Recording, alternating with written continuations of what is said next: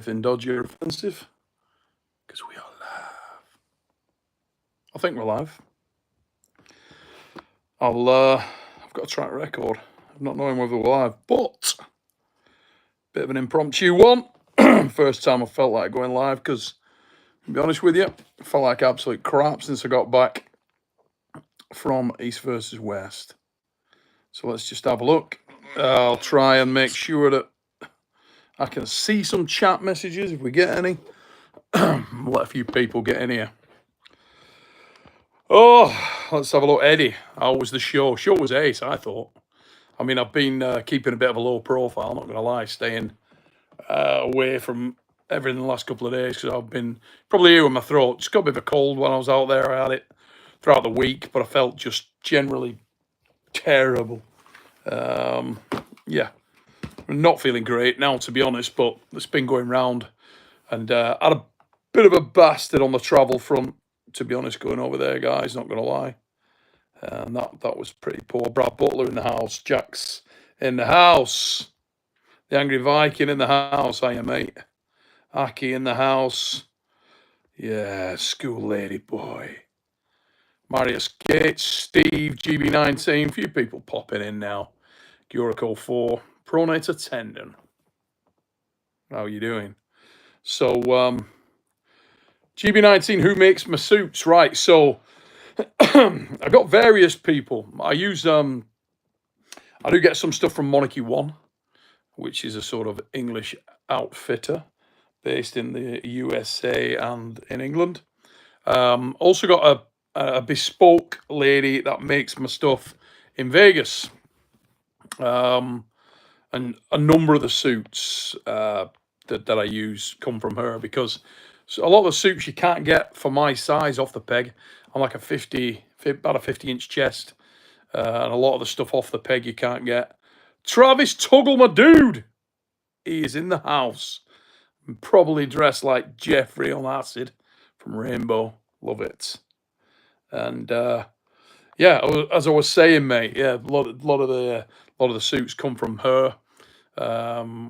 My boy Dempsey sat just over here, and he had to spend a terrible day with me in Vegas, didn't you, mate? Where I tried on how many jackets?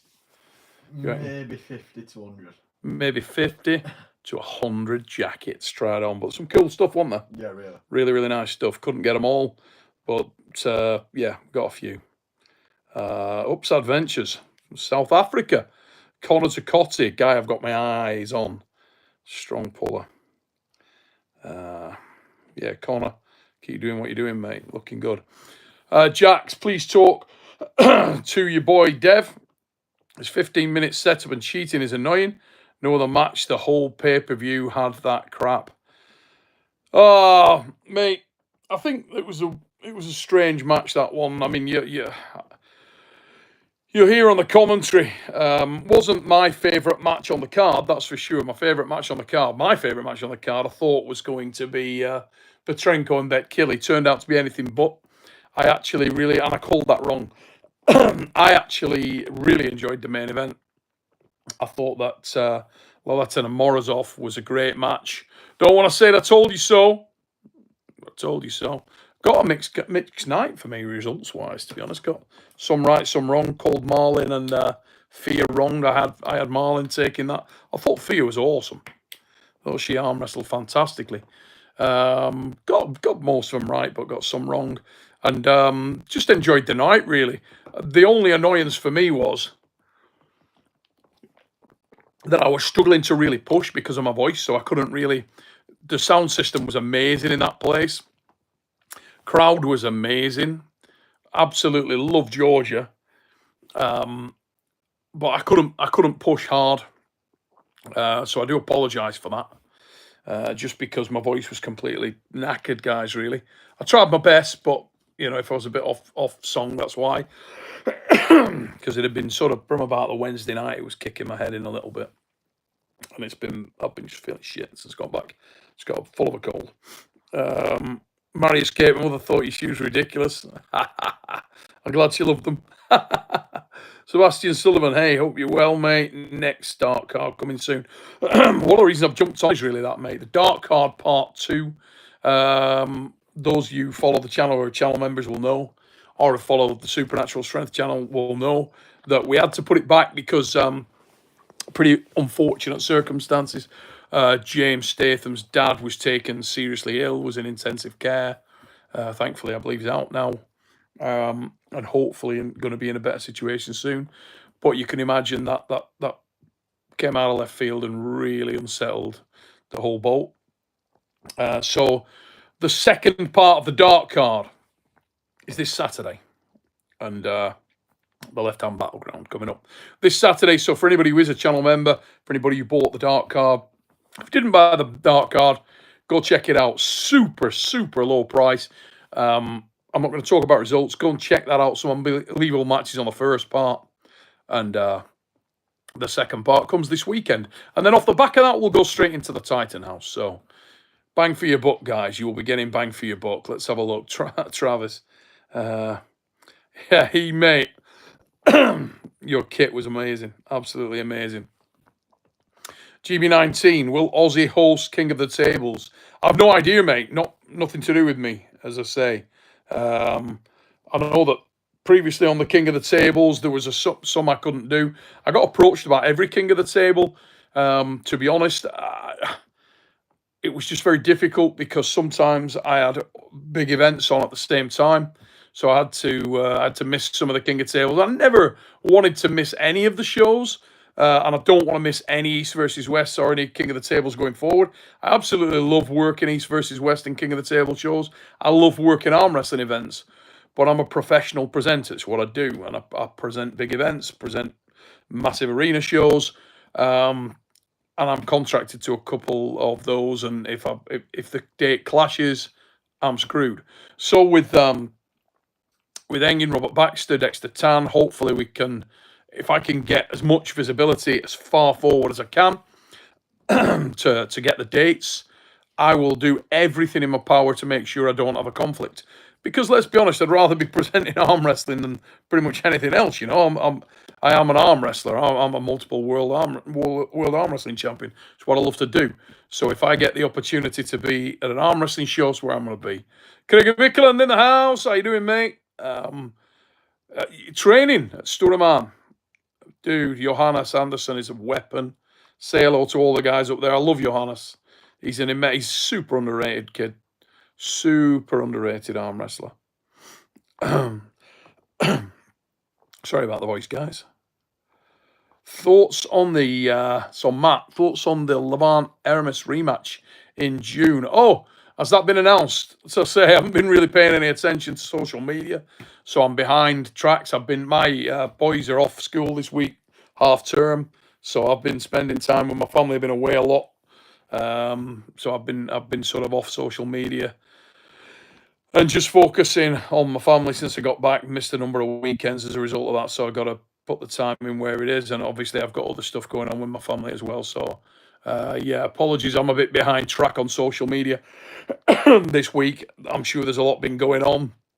I didn't know Levant and Ermes had been released. I know traveling back, I was actually sat with Mike, Todd and Rebecca a lot in the airport because they were on the first flight coming out of Tbilisi. They were on. And Michael Todd was absolutely bristling to try and get the shot at Levant. I think he told me that I think Vitali was not saying he wasn't ready or wanted more time. I know that Ermes told me that he would go home, assess how he felt, and then try and make a decision on where he was at from there. And Michael Todd was saying to me, guys, if they pull out, I am in because I'll take it right now. It's an interesting thing because, you know, styles make matches. That's quite interesting. And you got to love that about Mike. I mean, just taking a loss there in a great match. Enjoyed that match with Ermes. I thought Ermes deserved to win. It's the better man on the night. That's how arm wrestling goes. It's fractions of millimeters, and Ermes looks sharp as hell. Defeated Mike's riser. Always a massive thing. And yeah, Ermes has prior experience with Mike, knows him inside out, pulled great, and deserved to win that match. But I love that Mike wants straight back in. I think that's healthy to get right back on the horse if you're in the right frame of mind, which he definitely is, and he'd love that match. So if anything does happen with Ermes. I'm absolutely sure Mike will jump in. We got Ermes on the fix this weekend, I believe. Ermes is coming on the fix. My friend is coming on the fix. Maybe we can get Mike on there as well. It'd be great if we did. Let's have a look. Jeremy Browning and family. Mate, thank you for your super chat. Really appreciate it. Let me look what the question is. Dennis wants a main event spot, according to Engin. But I bet he don't want it bad enough to take on 300-pound Devon left-handed. Devon's the pound-for-pound GOAT. I don't know about pound-for-pound GOAT, mate, but he's definitely one of the best to ever do it. That's for damn sure. Dev's, look, I mean, the reason I gave Dev the name No Limits is because no limits, right? I mean, Devon's an animal. I've been preaching, you know, I get a lot of criticism for being heavily behind Devon, but Devon's my friend. Love the kid, love him, think he's great, and he's a phenomenal arm wrestler. He's a giant. He's tough to beat. He's very well rounded. He's very, very hard to beat. He's got a lot of weapons in his arsenal. Started his career in Supermatch arm wrestling, so I'm obviously very, very proud of the guy, and I've seen him evolve. He's always been incredible. Believe me, the guy, the version of him in 2008, that's a bad dude as well. Let me tell you right now, that was a bad dude. But, yeah, he's solid, mate. He's solid. And that version of him we've just seen, wow. Stupid big. Nathan, mate, how you doing? Good to see you in the chat, pal. Thank you for the help with the room in Arlington. Can't wait to get over there, chill out, have a beer, and see you guys. You know, I do love seeing a lot of the guys that you know you don't get a chance to sort of sit down and have a chat with at these events. And that's great. Nathan's top dude. If you don't check out Ryan Espy's podcast with Jody, Nathan, and Ryan, I think it goes out. Correct me if I'm wrong in the chat, Nathan. I think usually it's on like a Tuesday or a Wednesday night, probably about an hour before we're on now. Can-Am Connection, and it's on every week. Pretty informative podcast. Three really experienced lads. So that's an interesting thing to check out. If you're not already subbed there, go over, do so. But yeah, I'm buzzing to be back in the States. Buzzing to be back. Texas I love as well. I really do. It's a great part of the world. I love the American fans. I always feel very, very at home in America. But got to be honest, I loved Tbilisi. It was, the Georgians treated me brilliantly. I absolutely love their spirit. I think it's a very alpha country. I was telling my boy Demps here, one eye about Georgia. It's everybody there is a frigging beast. You can feel how strong the people are. Great place to be. Arm wrestling mecca. So many people. I've said it before about Turkey, and it's the same. You know, you can be walking around. When we've been over at the Istanbul events, I've been walking around just in the town, nowhere near the show. A couple of, a few miles from the venue.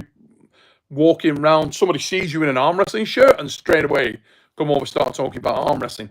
I've been over in Antalya in Turkey on holiday. No East versus West going on, just over there doing whatever.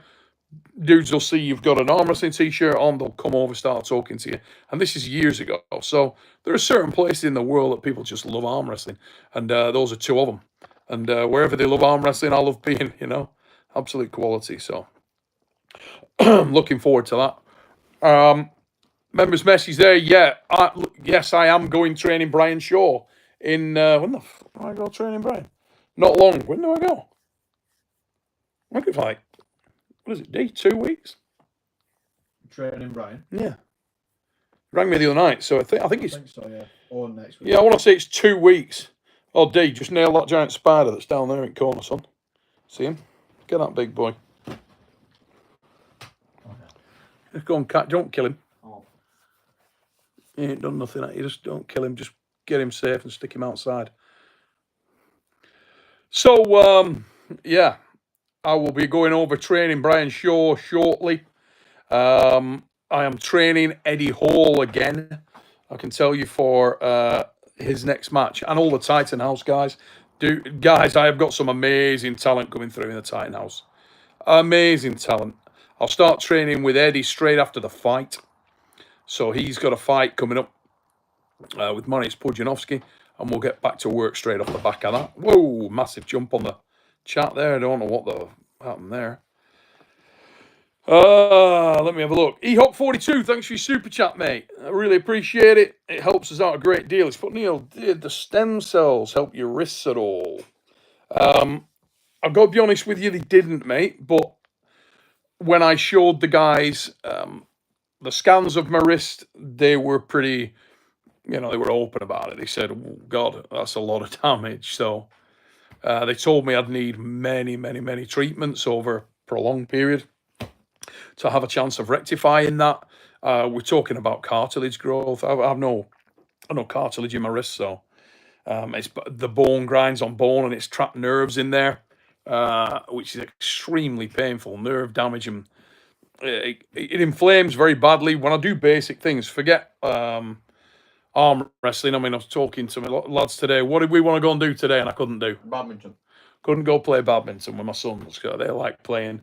Can't ride my motorbike anymore because my kin wrist swells up, which is very, very frustrating. It's, I'm in my 50s. I'm not going to be a world-class arm wrestler. I don't believe in it again. That my time there is done as a competitor.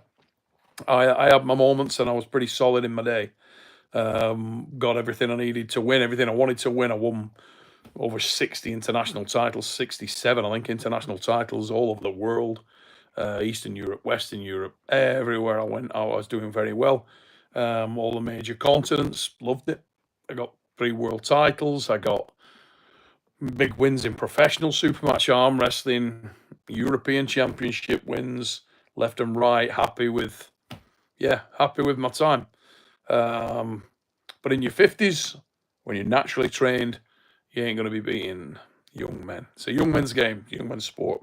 And certainly when you got no cartilage in your wrist. So, look, if there's ever a way to mend my wrist, and I've experimented with ways to try and negate it, to get around it, utilizing some of the dark arts stuff. And we'll see. Maybe that's possible, but it's difficult because even basic stuff, like we went shopping over Christmas, as my lad would tell you, I picked up a shopping bag when we went to Asda.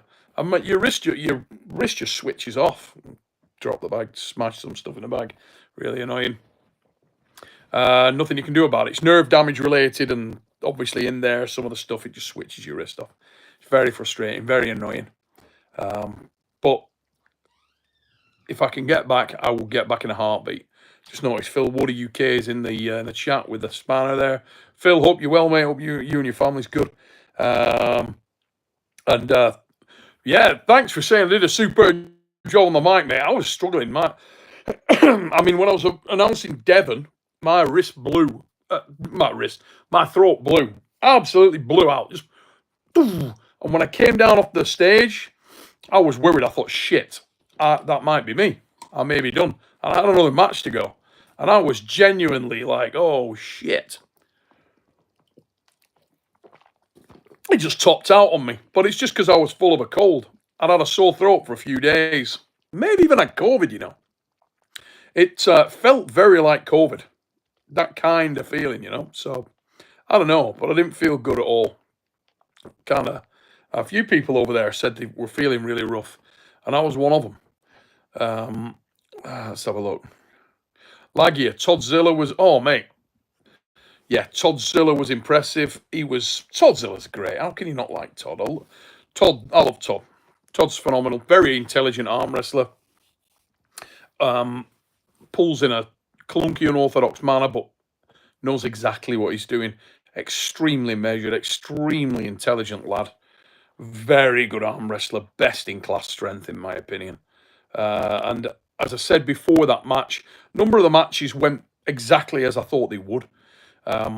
It's interesting. There was a lot of conversation about the matches and the way I break down matches and where I believe matches are won and lost.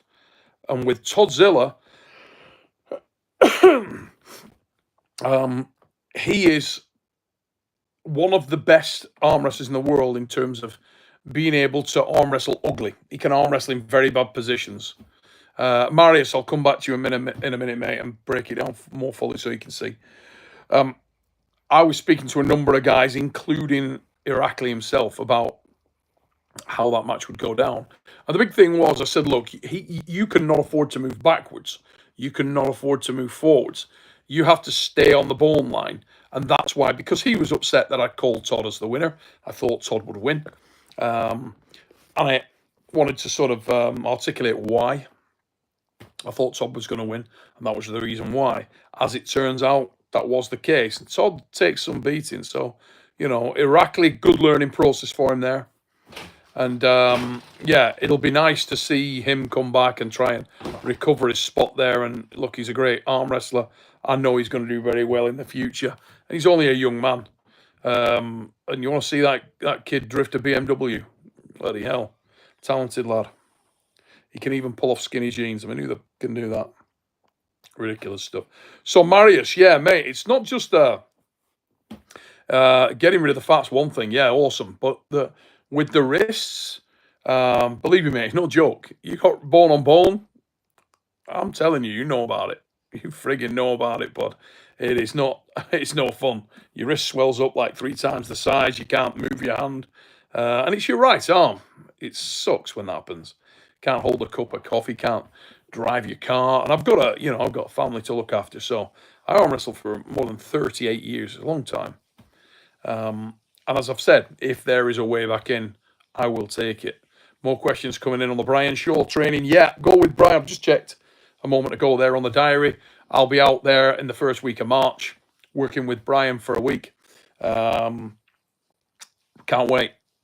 Going to have a really good look at Brian. I do promise you he will be very, very different arm wrestler when I leave, but he will understand more. But this is not going to be a one and done deal. We're going to go out there. I'm going to take a lot of time, very, very slow, build it up, and I want to improve him and allow him to realize his potential. It's interesting. A lot of interest around the Titan House. Kirill Saryachev this weekend. I had a long chat with Kirill. He's very interested in coming over. I pulled with Kirill a little. Kirill just feeling where he's at, feeling his movement and direction. Kirill's really strong. Probably can't defend his hand and wrist yet. The nuance isn't there. But in terms of the strength, very, very strong. Clearly more progressed than a lot of the guys are because he's been doing it longer. But Kirill's another guy. Don't sleep on him. That guy is going to be a force. I'm telling you. Look forward to trying to do some work with him as well. Cowboy, I am coming to Texas. Can't wait. Looking forward to coming over and meeting all the fans over there. Looking forward to what I expect is going to be an amazing card. I know some of the matches on the card. I don't know many. Didn't get a lot of chance to sort of discuss that with any of the team over when we were in Tbilisi. Just mobbed. I know Engin had, I think he told me he had a pretty good outline of all the matches now in his mind. Whether or not they're all confirmed, I couldn't tell you, but he mentioned some of them, and they were amazing. I mean, I particularly I'm a big fan of the Golden Dragon, Kamil Jablonski, obviously Jerry Caderet. I go back with that guy 30 years, got massive respect for him, he's mega. What a match that is. John and Kanai, awesome, you know. He's a great match, he's so very, very keen. Benji Mack is in the house. All right, Benji, how you doing, lad? Deborah Jenkins, let's have a look. I shall name you Silver Fox. My missus has just walked in. She's laughed her head off. Let's have a look. Sebastian. Let me see your previous comment, mate. Eddie's next match. Eddie's next match is not confirmed yet. We will take a time, but I would imagine we won't see Eddie on the table before, I don't know, mid to late August, September earliest. He's got a fight. He's going to be bossed up from the fight. Then we'll start arm wrestling. I can't do anything with him prior to that. I'll be doing other stuff with Eddie. He's one of my good mates. We're probably going to go to the Isle of Man TT together and maybe the Northwest and stuff like that. Just like go away for a couple of days with him, but won't be arm wrestling because Ed's got to keep himself 100% focused on this fight. Mariusz Pudzianowski's no bum. He's no joke. Lad's been fighting a long time. He's very dangerous. And, yeah, he's going to be 100% focused on that. But as soon as he comes out of that, I will be back training. Remember, if you're an Arm Wars YouTube channel member, you'll see all of this. We've got a massive amount of stuff coming with Titan House. Don't sleep on the girls we've found. I will tell you now, these girls focus on arm wrestling. the game changes. End of. It simply does. You know, you get a Laura Baxter, you get a Katie Smith, you get a Rebecca Roberts focused on, a more focused. These are people that come in and they will do something, you know. So let's see where those girls go, and there are others. But those four I'm super focused on. Magnus Samuelson's coming back. He's going to come over and do some stuff. Talked about Robert Oberst. Talked about Iron Bibi, Mark Felix, Charlie, my guy Bobby Frampton. Eddie coming back in as soon as that fight's done. We start work with Brian a couple of weeks' time. Exciting times. And another one is the Jim Reaper. So Joshua, great dude, Josh, he's getting involved also. If you don't know the Jim Reaper, go check him out. Unbelievable bench presser. Monster bencher. Forearms as thick as your head. He's coming in as well. Trying to catch up on the chat a little bit, flying through. Do you know the one thing that sucks about doing this on my phone? My phone's not big enough. Bloody chat's tiny here. Did I miss any? Let me go back. Benji Mike, Georgian coffee. Dude, what was that like? God almighty, it was like tar. Unbelievable.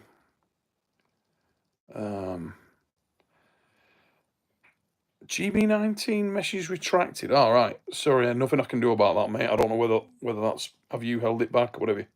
Because you can say anything. I couldn't give a shit. I'm a fan of GB19. No problem. Bob Anderson, Brian's going to level up. Mate, I'm looking forward to it. I'm really looking forward to working with Brian. He's been on the phone with me regularly. He called me straight after the gig in Atlanta. We've been talking since.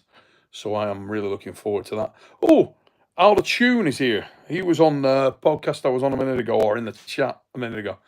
I just posted a comment on your last video to clear up any misunderstanding. When it comes to you personally, I think you are one of the best things. Thanks, pal. Thank you very much. Apart from my voice, which is completely knackered. Job happened to the sport. Cheers, brother. Thank you very much. I try my best. I am trying my best. A little bit of a minefield to navigate sometimes arm wrestling, but I'm certainly giving it my best shot. Zenzu, how do you think John will fare against Kanai? You know, I love both lads. I was made up to see Yoshi back in the mix. Yoshi was one of my era when we both competed in the 80s. I've had some unbelievable matches. I've won and I've lost against Yoshi, and we have had some dog fights. On his page a few years ago, if you'd have gone, I don't know, 10, 15 years ago, it was on there that I was the toughest match that he'd ever had. We had some friggin' unbelievable matches, and not once. We had a lot of unbelievable matches. I'm talking 2-3 minute long matches a number of times. Me and Yoshi used to beat the piss out of each other in matches. So that was good fun. We once had a practice table match in India, Guwahati, India. And I shit you not, the thing lasted 7 or 8 minutes. It was a fucking... It's after the Worlds, and we beat the piss out of each other. Really bad. We then pulled in the Open in Japan. I want to say 99 Japan. And again, beat the piss out of each other. Bad. 3-4 minute matches, multiple starts. Just nuts. Benji, who's a good match for Alan Fisher at East versus West in the States. You know, mate, I haven't seen Alan in a while now, and I don't know. I'm going to go back to Zenzu's comment in a minute. I don't know where Alan's at right now. I know he lost a bit of ground. I mean, my God, he's not in his best years at the moment. We're talking about a guy who's way into his 60s, so I don't know. I really don't know. I'd have to think about that, and to be honest, to be respectful for Alan, I'd have to see Alan and feel where Alan's at right now. I don't know where he's at. So Zenzu, the key thing there, honestly, mate, is where John's at and how bad John wants it. John is at a time of his life where I don't think he's focused. I think Yoshi, when he's committed, is probably much more focused on the game now, and he'll be super awkward. So John, I think, needs to just get it done, get it finished. John's hand is way superior. Yoshi doesn't have a big hand. He's got an unbelievable staying power, unbelievable endurance. Does not have a big hand. John, when he's on, John's biggest weapon by far is his hand. He's so strong through the thumb and so very well rounded in the hand and wrist. And if John's hand is good, my concern for John is level of commitment and where his shoulder's at. May have some problems in that shoulder, which you get into a long grinder with someone like Yoshi. It can keep you awake to the wee hours, so we will see. But John comes in fit and ready. John's a favourite. Thing turns into a dogfight. Yoshi's probably going to be coming out of that one better. Cash Bandit, Neil. Let her drink on the weekends. Should no kids to me. Let's have a look. Lad, your shoulders hurt. Yes. Gennady doesn't have crazy cupping and side pressure. No, he doesn't. He'll sacrifice that, give his hand and wrist away a little bit, and then burn on you with the side and back. Use a lot of back pressure. Ooh, message held for review, Sebastian. I've released that, so I don't know what that's about. Let's have a look. Joust arm wrestling. Alijan versus Darikian would be interesting. Yes, it would. Alijan, I think, is the favourite there because he's so explosive, so very explosive, and can probably keep Darikian out of shape. David is an athlete, and unbelievably strong, unbelievably aggressive, all gears forward, but he is quite static in nature, and I think that gives Alijan a little bit of an opportunity to do something with him. I actually think that Darikian would have been a better match with Alex had he not injured Alex. Now, I will tell you all, go back. I don't even know whether the matches are out yet, right? But when they come out, so when Engin releases them, if he hasn't already, go and watch the match with Alex Kadecha. There is a foul on Darikian. And at the moment of the foul, when you watch that, when you were there up close, Alex goes into a very, very dangerous position. As Darikian's elbow comes off the front and he gets the foul, Alex goes past the red line, past the elastic limit. Whenever you go past the red line in a match, it is super detrimental. And at that point, I shouted up. I said, that's it. That is over. It's done. I think he was very lucky not to break his arm there. And afterwards, I was speaking to Alex, and he said that he felt something there. So, yeah, nothing taken away at all from Darikian, but that's how arm wrestling goes. Sometimes you make a small error. He went into the hook, lost it a little, and yeah, all I can say is very lucky to get away with that one. Let me see. I'm trying to catch up with the chat a little bit. I do apologise for my throat, guys. Grating and tickling. It's actually come back a lot the last day or so as well. It was knackered before. But he's recovering a little bit. But I couldn't push this weekend. It was hard. Let's have a look. Mariske Artem was hating on Kerrol the other day on his podcast for being a guy with potential dabbling in arm wrestling for the last 5 years. Yeah, but he's got so many other things. We're talking about a 300 kilo plus bench presser for reps. A lot of opportunity, and he's very heavily involved in bench press still. But if he commits and wants to go a lot further, I'll help him. Kirill Saryatchev is the dude is a titan. Make no mistake about it. It's a strong man right there. And he's a big lad as well. Big hands, big wrists, big forearms. He gets it all joined up. Wow. Yeah, he's ridiculous. Absolutely ridiculous. Let's go. Ancient Alien 815. Neil, how was getting back on the table with Eddie? Did you still feel strong? Nah, mate, I'm not strong at all. I don't even train. I mean, I do pull-ups occasionally. And I mean, no, I am not strong. I don't do shit. Do not train for arm wrestling. So now, no, not strong at all. I'd need to be in a very different place for that. But I know arm wrestling inside out, so I could lay traps for Ed and do stuff with Ed, dark arts Ed a little bit. And then I started after the first round just going to a position where it was more of a match where Eddie could utilise some power. I was very proud of Eddie. You know, Eddie's one of my close personal friends outside of arm wrestling. He's just a mate of mine. And when somebody comes into, when one of your friends who's got such pedigree in strength sport, and believe me, in my opinion, all right, Eddie Hall is the statically strongest human being of all time. Now, you can say I'm biased, but just look at the numbers. It's very hard to argue. I mean, if you look across all disciplines of strength, he's right there. We're talking ridiculous level of strength. And I've seen Eddie do things just in the gym that have been mind-blowingly unbelievable stuff.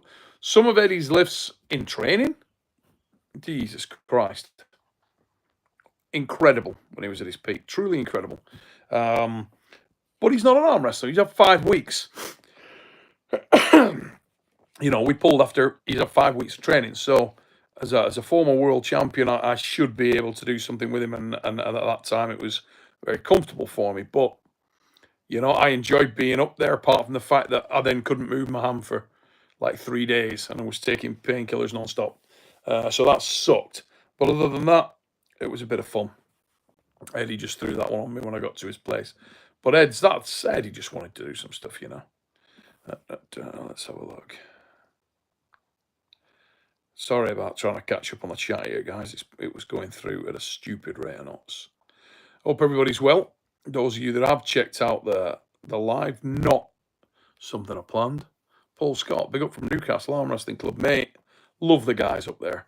When I need to get back up there, do another seminar. Loved the guys up at Newcastle. That was ace. Lloyd, Neil Cass, Dave, all the guys that I met there. I need to check in, see how those guys are doing. Really, really good. Really, really good to spend some time with the new lads. I want to get around to all the UK clubs and do a little bit, try and get some seminars done and up-spec some of these guys, you know, let them. And so if you're a club in the UK and you want me to come down and do a seminar, if you pick this up, just message me, PM me.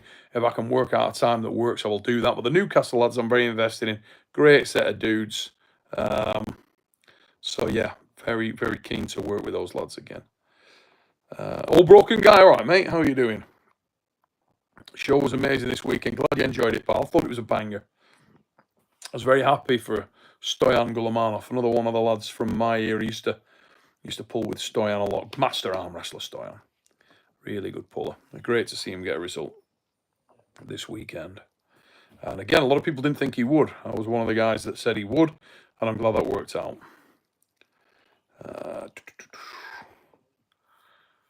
Crowd was very good, mate. Crowd was very good. I would have said we had, I don't know, 12 to 1,500 people in there, something like that. So not a massive crowd but for arm wrestling, pretty big crowd. And just brilliant. Met a lot of the guys after the show. Fun. I love doing that. Fantastic to meet the fans of the sport. So many young people there that were getting in to the game. Great to meet these guys, to hear their comments. The Georgian fans are always awesome. Been going to that country since I was a kid. Arm wrestling, real mecca of the sport, and it was really good to get back. I haven't been out for a few years. Used to go over there buying wine as well. Met a guy from Bediani. Bediani's a great winery in Georgia that I used to deal with in a former life with Kingsland Drinks, and yeah, it's good to see the guys from Bediani were over there watching. So if you're watching, lads from Bediani, great to see you at the show there. George is awesome for that. Everybody loves their arm wrestling, you know. That was really good. It was a shame that the Jordan lads didn't get some of the results. I mean, I'm heavily invested in Bet Kelly. I think that guy's awesome. And yeah, Bet Kelly will be back. Don't worry about Bet Kelly. Chatted to Bet Kelly after the show through a translator. I have a lot of time for how he arm wrestles. I have a lot of time for his approach. He's very well rounded, superb puller, and he will be back without a shadow of a doubt. Bet Kelly's a beast. Another comparison there with Alajan. Yeah, I do have Alajan as a favourite against Daddy Khan. Yeah, just on dynamism. Thing stops in. I hope we were interesting though, wasn't it? Bobby Olsen. I'm all right, mate. I've had a cold since sort of middle of last week, which is why I was a little off colour at the show at weekend. Couldn't push as hard as I sometimes can. But thank you very much to all the audio crew who were out there in Tbilisi for assisting me. They ramped up the volume a little bit and allowed me to not work as hard. Good job they did, because I would have been just screwed if they didn't, to be honest. So, yeah, Engin's crew out there, Adam Silver, the guys who were out there helped me beforehand. Thank you very much to all the crew. Great to work with you guys out there. I thought you were super professional and really helped me out. And thank you for letting me do the mic checks beforehand and set my levels up high, because I couldn't push. So that was really good.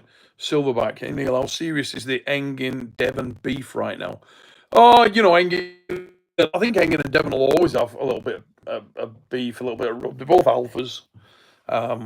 They're very different people, but it's difficult because I'm friends with both guys. I'm obviously.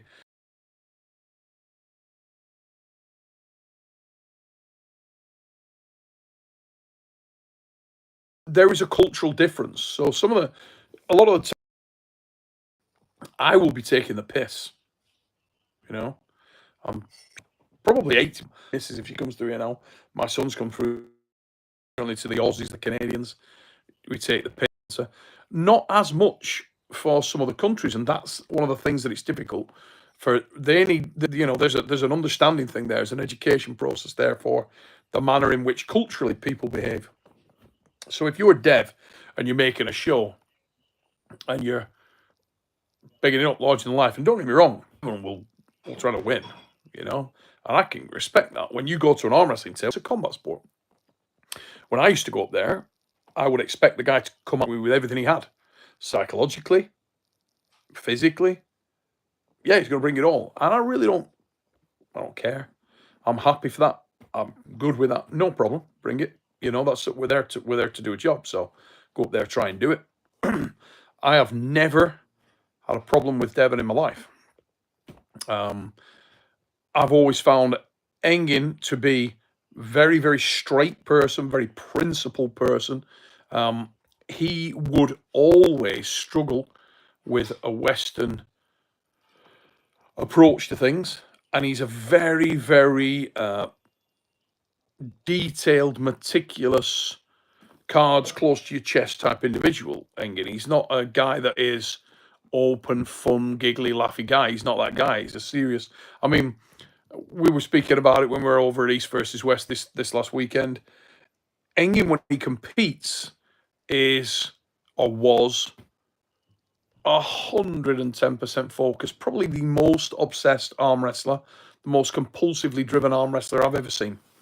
I'm just trying to think if anybody was that. I don't think so. I don't think there's anybody that was that driven, that focused. Didn't sort of socialize out there. He went, put his foot on the tarmac at the airport with the focus of going to try and win the gold.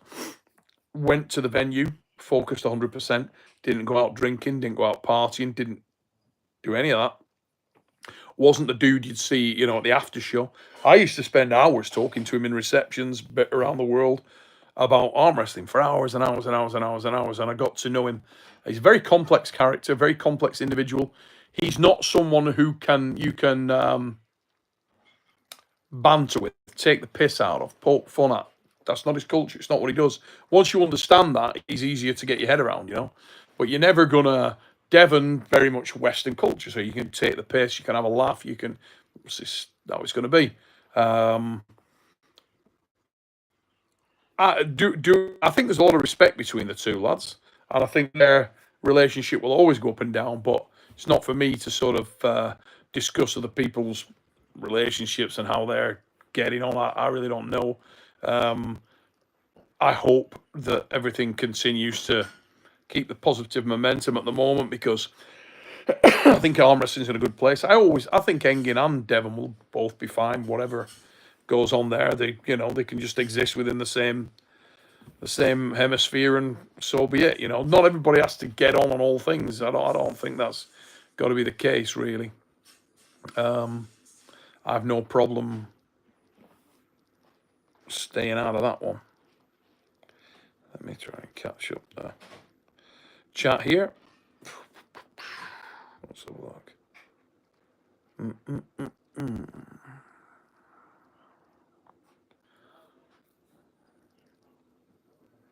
Yeah, another on the private there from about the Devon match.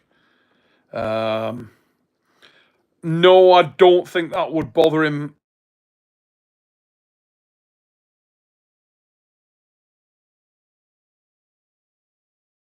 There we go. Turn that off a little bit. Sorry about the interruption there, guys. Yeah, what was I saying there? Oh, yeah, the question there around does Devon... Do you think Devon was bothered by Gennady hitting him? Actually, no. I haven't actually spoke to...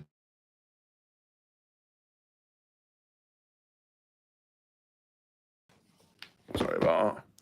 Yeah, so I don't think it would bother him one bit. Not one bit. If Devon's been on a live, as he talked about it, I haven't seen shit, so I don't know.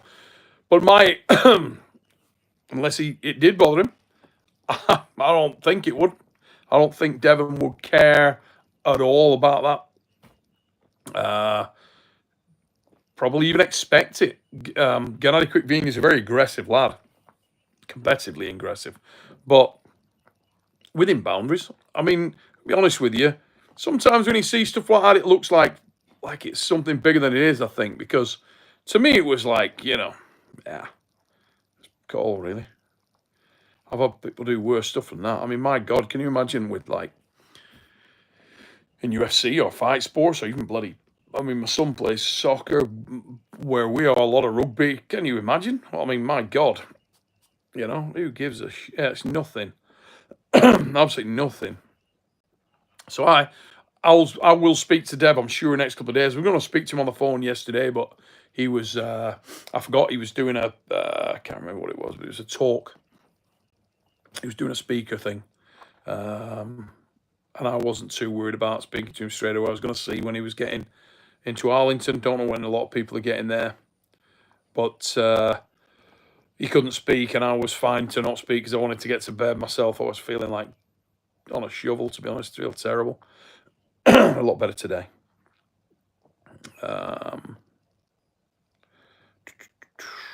Sorry if I've missed anything, guys. Just trying to catch up on the chat a little bit.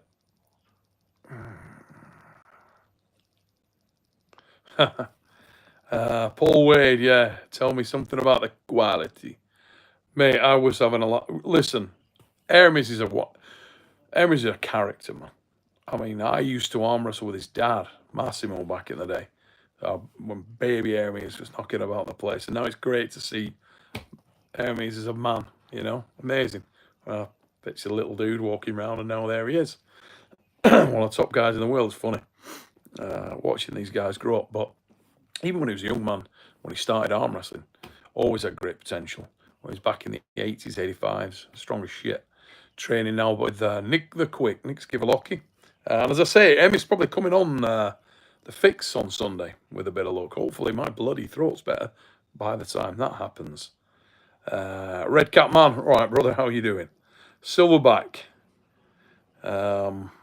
is in the chat as well. Neil is 10 times. Oh, gotta read that out, my guy. Let's have a look.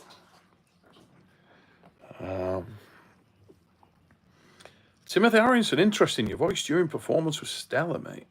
Didn't even notice you were sick until today. That is funny because, fuck, I did a live, mate, before. Did a live, Timothy. I can't remember what day it was because the internet, the Wi-Fi in the hotel was terrible. My internet's not great here. I got a couple of boosters actually, so hopefully that gets better. But in the hotel in Tbilisi, oh my God. Just for making a bloody phone call or WhatsApp or anything when you're around, it was fucking terrible. Really bad. And a couple of times, I'd scheduled to do a number of lives. Could not get on there. Could not get the frigging thing to connect. I had the old spinny wheel. Had my data on. Went onto data, wouldn't do it on that. Went back onto the internet, wouldn't do it on that. Went downstairs to see if there's an alternative way. Oh, it was terrible. Absolutely shocking. But, mate, when I did that live, I was saying, got a bit of a cold, bit concerned. It was going round in England, big style. A couple of my son's mates had it really bad. They passed it on to my sons, passed it to me. Yeah, I had like a friggin' glassy throat and yeah, all bunged up and stuff. And then it got a little worse, little worse. And on Saturday night, yeah, I was like, oh God. So I had the guys whack up the bass, whack up the levels, and just tried to play with it a little bit and not push hard, you know. And thankfully, touch a lot of wood, I got through the night and it was okay. But if it sounded all right, listen, I haven't watched it back. If it sounded okay, I am more than happy with that because it wasn't good. It was not good. Yeah, it was serious. So hopefully it didn't detract from anybody's enjoyment of the show, because I thought there was some amazing stuff. I mean, the main event. Oh, wow! From the get go, that main event was a banger, absolute banger of a match. That, I mean, funnily enough, the last couple of days prior to that, I had a number of conversations with some of the guys that were over there, and they were taking the piss and saying, "You must be out of your fucking mind that you think that's going to be a good match." I said, "Mate, I think that's going to be a lot better match than people think."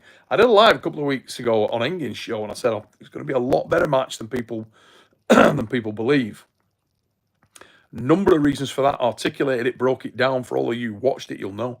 I got so many messages saying, "You're nuts. You're out of your mind. He's just going to get run over." Well, it doesn't always work like that. Styles make matches, and on this occasion, it proved to be a banger, you know. It's always a guess whenever we look at these, and it can go any way, you know. It can go any way. But I can tell you, for me, match of the night by a country mile. I don't know about for you. Put your comments below, guys, if you think that wasn't the best match. What did you like? I mean, a lot of people talked to me about the Toddzilla match. They loved that. I loved that as well. It was a shame. My favourite match on the card, just to answer that question, was going to be Killian Petrenko, actually. It was the one I was most excited about. Didn't work out on the night. I think the pressure got to Killy a little bit. Understandable. He's in front of a partisan crowd there, and he was trying to chuck the kitchen sink as you would. You got to be brave. I respect that. Came up short that day. It happens. That match was a lot closer than people think. When you watch a lot of these matches, it can seem like there's a mile between them, and it's not so much. A lot more grey than black and white, guys. Trust me. Minor amendments make a major difference. Marlin Barristrom, for example, could she win that match if it goes again? Some tweaks, yes. She can't start with her handful. For Aris, it was imperious, brilliant. Had a great night. Petrenko was mega. He shut down lanes. He was reacting very well. He was. If you looked at his arm wrestling on that night, he was very, very in touch with the movement of the match. Had a little bit spare, and also he remained much calmer. That's what led him to the victory. Neil's index finger.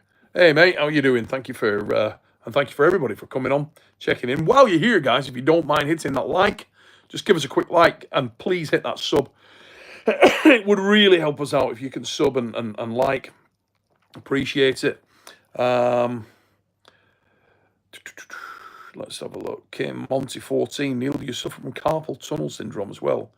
Because at least that can be quite easily fixed. I'm not aware that I do, mate. No, I think my hands are fine. I think, yeah, my hand feels good. My hand used to be real strong. More just my wrist, and I know what it is. I've had it MRI'd to death.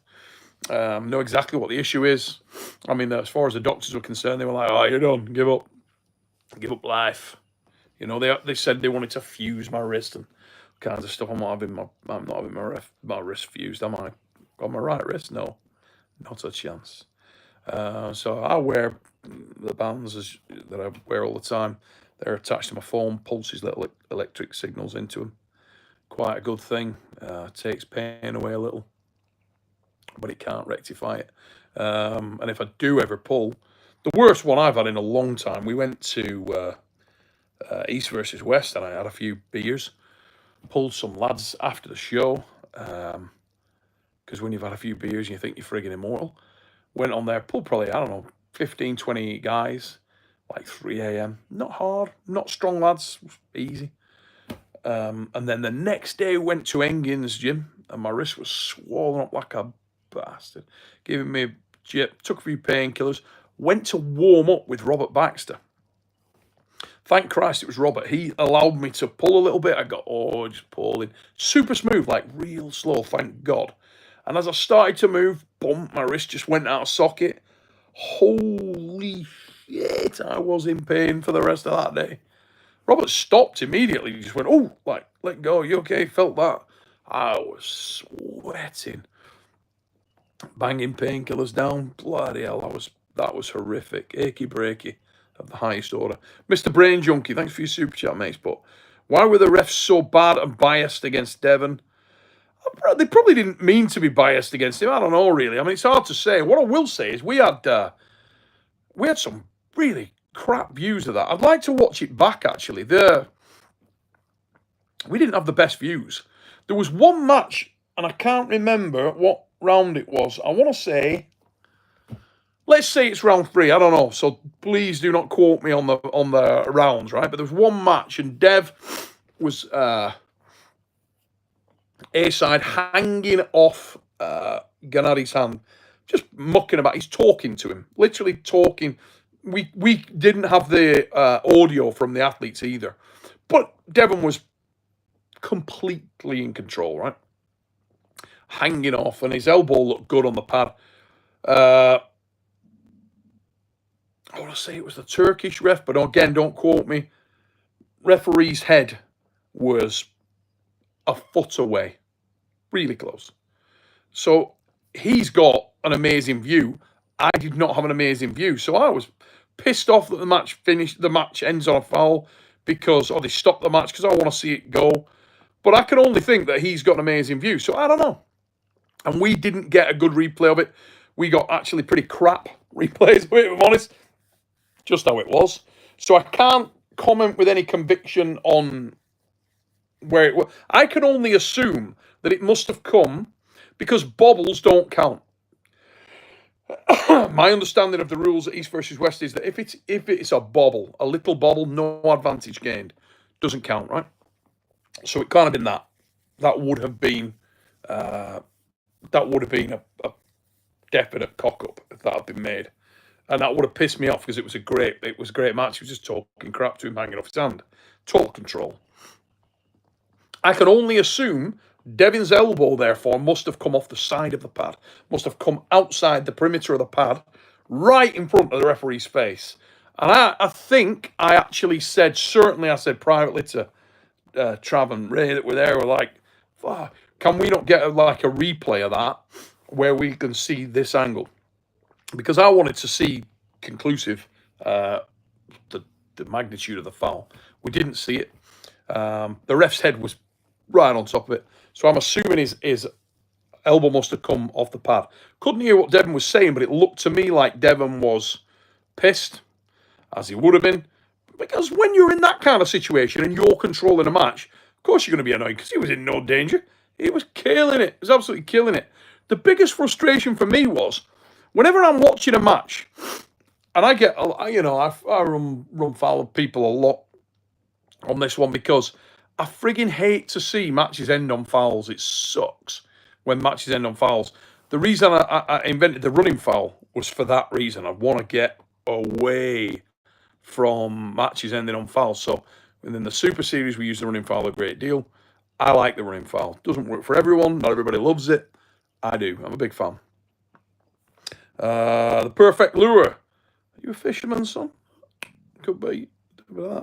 Perfect lure. Thank you very much for your super chat, brother. Really appreciate it. But when does Arm Wars come out? So the dark card for part 2 is this weekend, mate. We'll premiere on Saturday. Part 1 obviously was a couple of weeks ago. We took a break, so we didn't interfere with the East versus West. Then unfortunately, James's dad was in intensive care, and we will go with it now. James has been working his ass off this week to get all that ready, and it will go on Saturday. And Bogdan Stoiker actually is in the chat right now. Love that dude. Bogdan's my guy. We had some great. One thing I will say about Dark Card 4. The collection of guys, both in the Titan House and just the athletes generally. What a bunch of acid peeps. Love them. Great feel around that. It was really, really good. Really good feel around the show. So let's have a look. Still trying to catch up. Travis Struggle arm wrestling. Henry knows how to call matches and predictions. Laggy. Yeah, mate. If you're saying when they end on fouls, yeah, it blows, doesn't it? I love matches when they run. You know, so for example, so that situation I was talking through there with Dev, right? If you got a running foul, Devon goes on to the running foul. He then has to win in order to get the restart. We see how that match would have ended. I'm pretty convinced Devon could have done what he wanted at that stage. Get to see the match finish on arm wrestling, and then it restarts with, you know, with no advantage gained. Personally, I prefer that. I really prefer that. Bogdan just saying, I love Todd versus Irakli. Yeah, it was a great match. That was a great match. It was a fabulous match. That and the main event were probably my favourite too. I'm hoping am I forgetting any? I don't think so. I didn't actually love the Devon and Gennady match at the start because it was so long before we saw arm wrestling. There was a lot of mucking about and all kinds of things. There was some weird stuff going on with the shoulders. But again, I don't know whether that's our angle or what, but it looked to me like you had a number of instances where both arm wrestlers looked very happy to start. And as I say, I'd rather watch all of this back. One thing I will say, I have seen a number of like pirate streams come out. And that is just terrible, guys. You know, please, I would implore you, any arm wrestling fan, do not support those pirate streams. Because it's just terrible. You've got an excellent promotion that's really, arm wrestling's in the ascendancy. Massive amount of work going in. The quality of the promotion was mega. We're seeing the best guys in the world, your Devons, your Gennadys, your Toddzillas, your Bit Killies, you know, the best guys in the world so regularly together. Please do not pirate that. What are you doing? If you're a fan of arm wrestling and you're pirating that and taking away from the organization that is working so hard to do it, just come on. Really? Give me a break, man. I just think that's terrible. It's my opinion. I just wouldn't support that at all in any way. Again, sorry for my voice, guys. Really, really, I'm sorry for that. Sergeant Tank. Neil popping in real quick to say hello, brother. How you doing, pal? I hope you're well. Yeah, mate. Dark Card 4 Part 2 this weekend. You're glad to just get it finished for you guys with a little bit of delay. Shot as Wag has just come in with a message there telling me how to pronounce Tbilisi. Mate, I shit you not. I literally got like 5 different Georgians to pronounce it for me. And all 5 of them pronounced it different. All right? All 5 of them. So I gave up. And I went with 2 of them pronounced it Tbilisi. And I went with that. And everybody knows how to pronounce it. I couldn't give a rat's ass. Place in Georgia where we were. That's the one. But seriously, I was pulling... Travis was there. I was pulling frigging Georgian guys out saying, how do you say this? How do you say that? They're saying it. All saying it different. Whether it's an accent thing, I don't know. But God, it was frustrating. I was looking for some consistency, and I didn't get any. I mean, we don't have that problem with London. Everybody says they might have an accent difference, but it's in London. Dave, the Mantis Curry in the mother fluffing house. That's my guy. What a top dude. Dave, I don't know whether you've just come on, mate, but I was literally talking about the Newcastle lads not long ago. I want to get back up there and do another seminar because I loved working. Next step. Hopefully the guys have been working on it a bit. I know Lloyd was super into it. Let's have a look. Any others I've missed? Durs, the refs just know they're in for a long night. Doesn't mean bias, but the pressure is higher because Devon yells and complains the whole match. Mate, I think from where I was, Devon was not getting an easy ride. Not at all. From where I was, I thought Gennady got away with a shit ton as well. Shoulders all over the place. Even the stuff moving in the ref's grip, smacking Dev on the shoulder. Listen, and Devon didn't complain about that, and I don't think he would. As I say, I don't know, because I haven't spoken to him. I'm not going to speak on behalf of somebody else. Devon will talk on behalf of Devon, all right?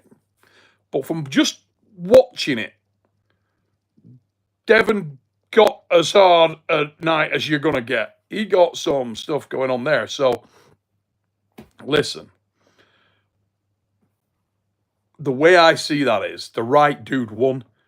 Devon was clearly way stronger. I mean, significant, not close.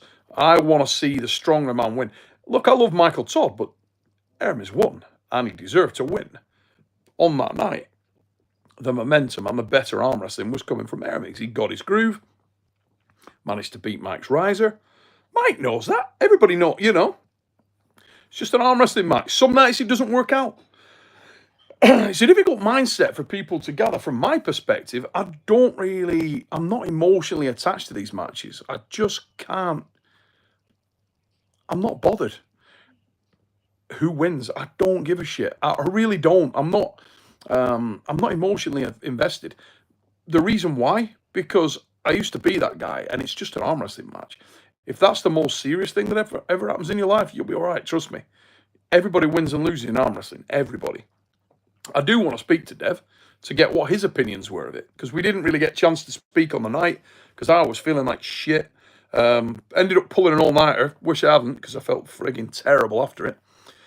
But bloody event only finished about 5 a.m. Then after that, it took me about an hour and a half to get out of the venue, which I wouldn't have changed, but I was just meeting tons of the fans there because they were fucking awesome. And I want to meet the fans, and I feel like I should, because they're supporting the event. So they wanted to speak to me, take pictures, autographs, shit like that. I'm going to do it because they're great. And I'll always try and meet as many people as I can. I love meeting the fans of this sport. So that was awesome. But it did prevent me, number one, from getting something to eat. Obviously, I can live off my fat for a month, probably more. But I also didn't get a chance to speak to Dev and so on. And then the morning after, who did I see? I saw Brad Grundy. I saw Jode, like, for 20 seconds as she was getting into the lift. I saw Mike, Ermes, and Frank Lamparelli, and that was it. And then I had to jolt and go to the airport. It was literally a case of get back, have a shower, and I was flying out early, and that was that.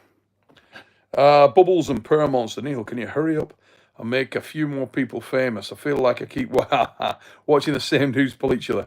Mate, listen, we are doing what we can, buddy. We're doing what we can. There's some great characters in the game. But believe me, the guys that you are watching at East versus West are the best in the world. They are. I mean, my God, there are some.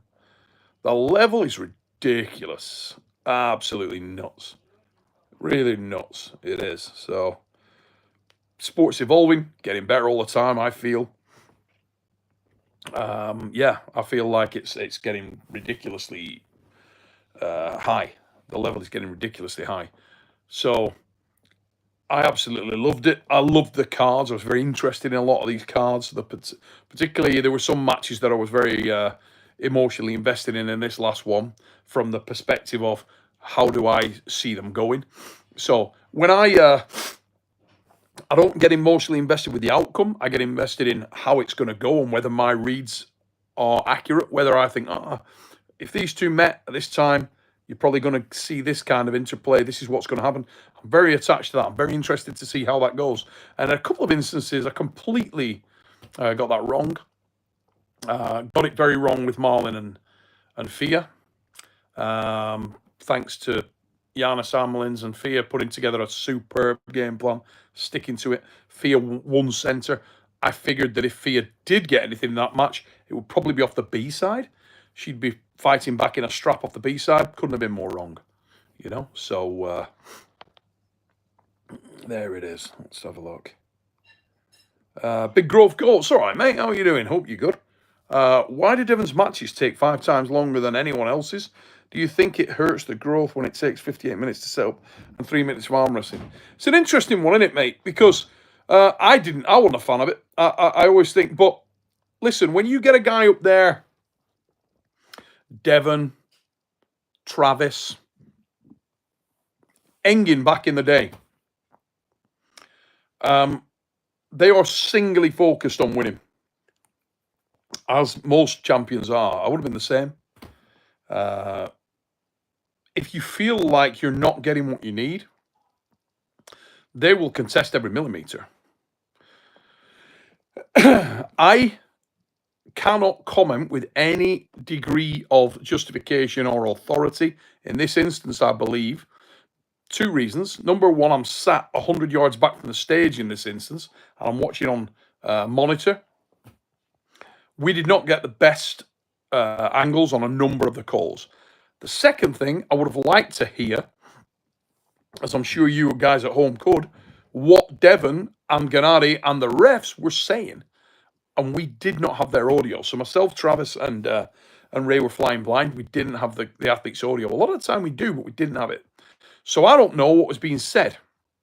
That's a little difficult because you're trying to comment and commentate with that foresight, with an understanding of what the problem is.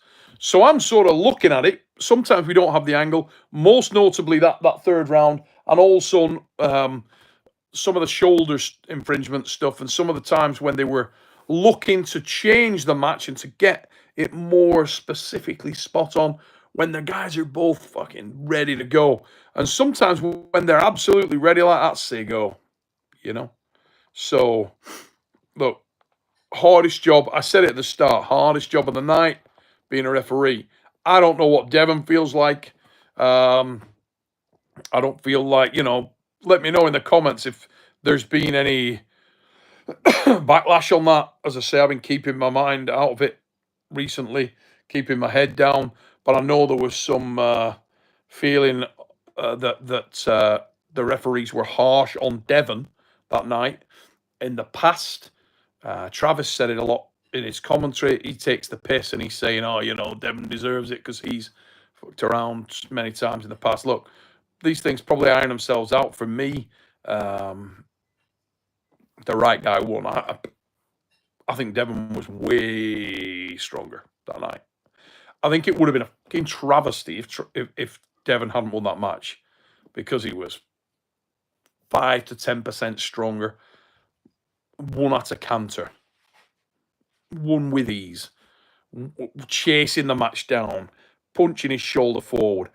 Gets criticised a lot for the extreme outside. Could not do that. He was chasing the match into a hook. He was trying to engage. Put it on arms. Did so. Dominant. Absolutely dominant. For me, nothing to contest. Dev won, should have won. I'm trying to think. I don't think anybody, with the possible exception of, let's be honest. Look at Vitaly Laratt, right? Laratt in the last match, yeah, he ended up winning it. But there was a point at the start you were thinking, oh my word, the gods are against him. He was so unlucky with some of the calls.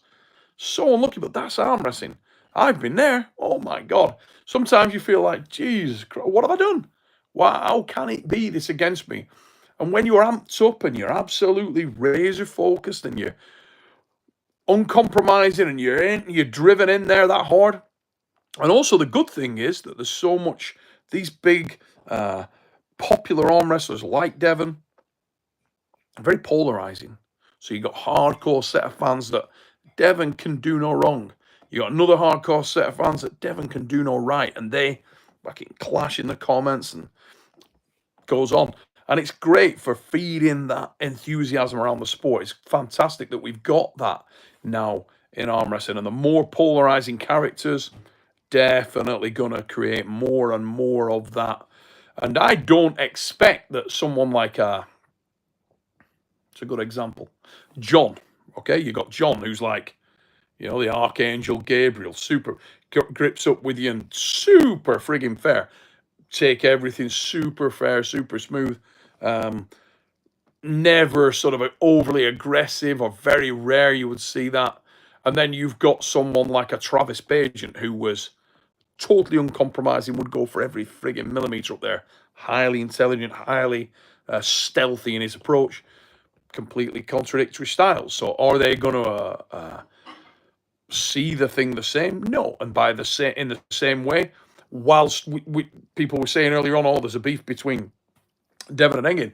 One thing Devon and Engin do have in common, and have always had in common, is their lack of willingness to compromise on things when they are seeking victory. Both men will go as hard as they possibly can to win. They will. And that's why both men are magnificent arm wrestlers. Both men are champions. Both achieved enormous amounts.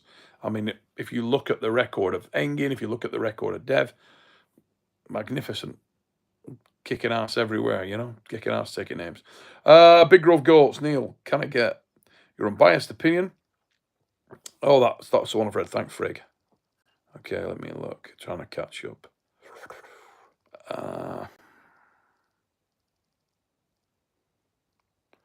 Let me see. And I need to look in the next couple of days. I'll try and get, after this week at least, I'll try and get online and see if any of the, if Engin's put any of the matches up. And I'll watch them back, because sometimes you watch it back and it's good to just slow it down and watch it back. Especially on the night, I was feeling like shit. Very hot, sore throat, pissed off in that respect. It'd be nice to, sit back with a cup of coffee and watch the matches again in a more relaxed manner. I'll probably get a different take and a different perspective on that. I hope some of them are out before the fix. It'd be nice to be able to do that so that I can just reassess things. Mr. Brain Junkie, why won't Engin use WL rules? Seems to be the best. No, WL rules were not the best. I think Dev's a massive fan of WL rules. I do not think WL rules were the best at all. I've spoken to Dev personally and privately about that. And for me, everybody sees it differently. I didn't like WL. The only thing that I did like, they used the running foul, but they bastardized it and used it wrong. The WL rule system, that was really Ben Murray's involvement, because when he took that, he was heavily influenced by Travis. The way that they did the running fouls was they didn't understand the running fouls. It is as simple as that. Didn't understand the running fouls. End of. Running fouls were done wrong. Running foul is a minor infringement. That's how it was designed. Not an enormous infringement like they ran it in the WL. I friggin' love the WL. Steve Kaplan, great guy, massive amount. One of the nicest dudes I've ever met. One of the straightest guys I've ever met. But the rule system, as it was put out by WL, was in no way the best. Not even close. So, yeah, I completely disagree. Rules are always... I love how arm wrestling always convinces itself there's some massive problem every year or so. When a lot of the time... Look, sometimes the athletes themselves get all wound up about something and they need to just have a Coke and a smile and chill the out, if I'm honest. I mean, somebody look at this holistically, right? Somebody tell me where some massive injustice was done at weekend, really. I mean, let's walk through the matches. So the first one, Golomanov won. If anybody should have been pissed off, it was Golomanov, because if there was an infringement in that match, it was Vasily in round 1 with the elbow off the back of the pad. If there was, that's where it was, in my opinion, okay? Stoyan went on, rectified it, won. So, yeah, is what it is. Right guy won. You could say, if you're the staunchest, most incredible Alex fan ever, you could say that he was hard done to, because on a foul, he moved when David Dadikian's elbow came off the pad, and it led to him going beyond his elastic limit, which potentially could have cost him the match. That's how the sport goes. No injustice there. Dadikian could hang in there better. Came through a brutal sport more proficiently on the night. Right guy won,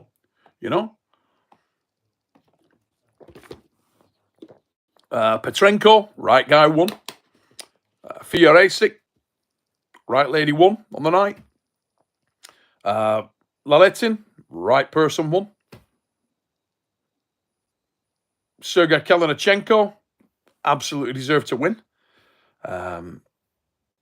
Devon definitely deserved to win. Way stronger on this occasion. I think if you sit down with Gennady Quickvenia and say, were you outgunned tonight? He'd say, yeah, absolutely, dude. Had too much. Of course he did. In fact, I spoke with Gennady afterwards, and he was absolutely right as rain, super relaxed. So anybody in the chat who sees that differently, if you feel like there was some kind of major result problem at weekend, I did not see it. The right guy won in pretty much all instances, as far as I know. Durs, do you think Devon gets a match in Dallas? Does he get a match in Dallas? I haven't heard of Devon having a match in Dallas. I think there was some talk of Devon pulling against Ayrton Morozov with left. Obviously, Ayrton was badly injured. I did see Ayrton the next morning very briefly. Friggin' arm was black. So I don't know whether anybody's heard anything from Ayrton Morozov, but he was. I was speaking to him on stage afterwards. He was a lot of discomfort. I think Ayrton's maybe blown his collateral ligament, maybe blown his pronate. There was some significant damage in there, and that could take, holy shit, depending on what it is, take a year or more. I don't know what he's done. Maybe he'll need to get a sectioned MRI, have a look what the problem is, and then assess it from there. But he ain't pulling. He certainly ain't pulling in Arlington. That's for damn sure. So, look, I'm sure Devon would arm wrestle. Probably prefer to go left. I would have thought. We'll try and get Devon on the fix at weekend if he's around, and you guys can ask him that question. I really don't know. Old Moldy Scroty, all right, mate. How you doing? Speaking of pirate streams, I don't condone it, but if he's versus web pay-per-view, he's getting a tad steep, in my opinion. I actually don't know what it costs at this point in time, mate. Obviously, don't buy it a lot because I'm there. But for the matches that you get, I think it's probably pretty good value for money. What is it, like $20 or something? $20, $30? I don't know what it is, but I mean, yeah, a lot of good matches there. So I don't know. And the production, the size of the production was bloody significant this weekend. I mean, anybody that was there, the arena we were in was lovely. It was probably, I don't know, 70 or 80 yards deep. The stage was coming out probably 60 feet, jacked up stage, jib cams, excellent lighting rig, good quality stuff. Hope the feed was okay. I've not seen anything negative on that. But as I say, I've not been on social media, so I'm very out of touch in that respect. I've had a couple of conversations with some key guys, but minimally. Let us know. Was the stream okay? Don't know. Was the stream okay? You guys let me know. That will always govern a little bit of the cost when you've got more big name athletes on. And to be fair, Engin's cards have been ridiculous recently. This last card was stacked to shit. 16 was amazing. 15 was amazing. 15 was a banger of a card. 15 probably better card actually, as it worked out. Although the main event here was a cracker. Hard to say, isn't it? See, sometimes these things can be incredible on paper, and in actuality, don't turn out as good. You never know, On paper's on paper. But on paper, bloody hell, it was really strong.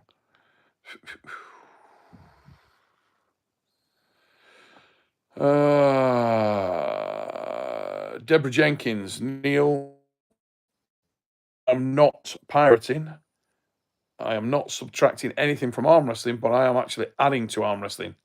Deborah, not a Scoob what you're talking about, lass, unfortunately, because I don't know what... If you put out arm wrestling matches that were East versus West, Deborah, that is pirating, kiddo. That is pirating. So my personal stance on that, I wouldn't do it. I think that's bad. I don't know whether you did that. The same, not a Scooby-Doo, but anybody that's putting out arm wrestling that is East versus West property, I don't agree with it. I would not put it out. I don't think you should put out somebody else's stuff, personally. Big Grove Goats, thank you for your super chat, mate. Oh, why is that repeated? Just had a massive pin run through there. Ah, there we go. It's just done it again. Dino, 3343. All right, brother, how you doing? I hope Ermes pins or wins the match versus Levan. So wait a minute. Is that confirmed now? Is that confirmed now? I saw it earlier on. Is that definite? Because I haven't, I if it is, it is. If it is, it is. If it is, it is. But I know when I saw Ermes at breakfast, he was saying that he was going to go back and assess how he feels. So I'm assuming he did that. He feels great. And that's great. If he does, then that's the match we get to see. And he earned it. He deserves it. So whenever he's ready to go, amazing. So, Harald Alert, nice put. Devon said the referees were bad, basically incompetent. Well, there you go. That's Devon's take on it. And that may be, listen, that may be the case. He may have had a shit day up there. God knows I've gone up to tables sometimes, and not even with good referees. I've been up there with refs that I usually like and just feel like they had an off day, or I feel like they were on my ass, and maybe they were, maybe they won't. But I can tell you, I've had that. I've come off stage thinking, fuck's sake, like, some refs trying to screw me over on something. Most of the time, I'd have to think about this specifically. Most of the time, I do feel like I was able to make my own destiny up there. And when I was strong enough to win, I won. On reflection, I feel like I probably lost myself more arm wrestling matches than any referee ever did. Probably so. I don't know. Look, that's the beauty of sport, right? Damco. Hi, Neil. Will we see Eddie on King of the Table? I don't even know when King of the Table is. I think East versus West is the next gig coming up. Will Eddie be back in King of the Table in East versus West in Arm Wars? Yes. Eddie will definitely arm wrestle again. Eddie, you won't see Eddie arm wrestling probably till late August, September at the earliest, I would think, because he's got the fight. I think that's 26th of April, end of April, against Pudzianowski. I think he's got a rematch clause in there. Don't quote me. I think there's a rematch clause as well. So if he did that, yeah. Out of tune, can we talk about the backlash with Engin booting thousands of people from the community as a collective? Do you think that is a smart business move? I have no idea whether that's happened or hasn't. I have no idea what's going on. But that's, to be honest, mate, that's one for Engin. I mean, listen, as I said earlier on, Engin is not the type of guy. Some guys, you can piss about with banter, go and say what you want. Say, Engin's not that dude. If I go in there and I got stuck into Engin on a point, he'll have his point, I'll have my point. I would expect to be pissed off. I think if you have the ability to sit down with Engin and talk to him about something, he'd still be pissed off. You might get through to him, you might not. If he feels his point is correct, he will stick to it and adhere to it. He's not going to be, if you sort of give Engin abuse, he'll just spin you off. That's how the guy is. He just would. I know that's how he is. But I don't really want to get into talking about Engin or talk to Engin about that, guys. Not me. I'm doing me. It's I don't even know what's been said to him. If you, like I say, if you go in there and you give him a lot of shit, he'll flip out. Engin's an aggressive lad. Like if Vitaly had like 5 uncalled pins. Yeah, I feel like if you go back through his most recent matches, I feel like Vitaly Laratt has been super unlucky. I think he had a case to beat Dave Chafee. I think he had a case to beat Ermes. He has been bloody incredibly unfortunate. Incredibly unfortunate in some of the results he's got. You look back over that lad's career, my God, it probably feels like he's been stitched more than anybody. Pin. Yeah, there you go. I felt like, he had, I think it was the Dave match he got called for when he was in his press. Got called for trying to push him off the pad, but I think he was trying to pin him. Weekend, again, super unlucky. Laratt has grounds for feeling like he's had some bad luck. Usually that kind of thing's cyclical, and I hope it comes back for him and he starts getting good luck. Laratt, for me, is a massive threat and a massive problem for a lot of people. Incredibly strong lad. Incredibly dangerous arm wrestler. Very, very tough to deal with. Very tough to deal with, mate. He is such an awkward arm wrestler. Very holds onto his pronator so much, will give some wrist. Can gain that back on the arc of his movement. Very, very good back pressure. Fast. Tough as hell to deal with. Very strong. Very hard to deal with. In my opinion, biggest threat for Laban. Sebastian, I hear you. I'm just saying that Neil already ready. Oh, miss one.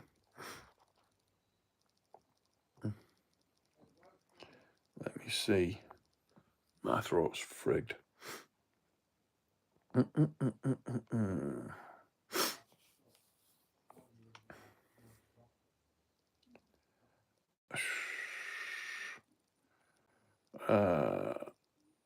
Jones Bones 1. The refs aren't objective anymore. I'm going to hold all judgment until I watch it back, guys, because listen, I don't know what you were seeing at home, and I don't know the shots. We had a pretty shit. Sometimes on the replays, we didn't get the replay we wanted. I was up there with Trav or Ray, and we were like, oh, and we're expecting a replay to come on from a certain spot.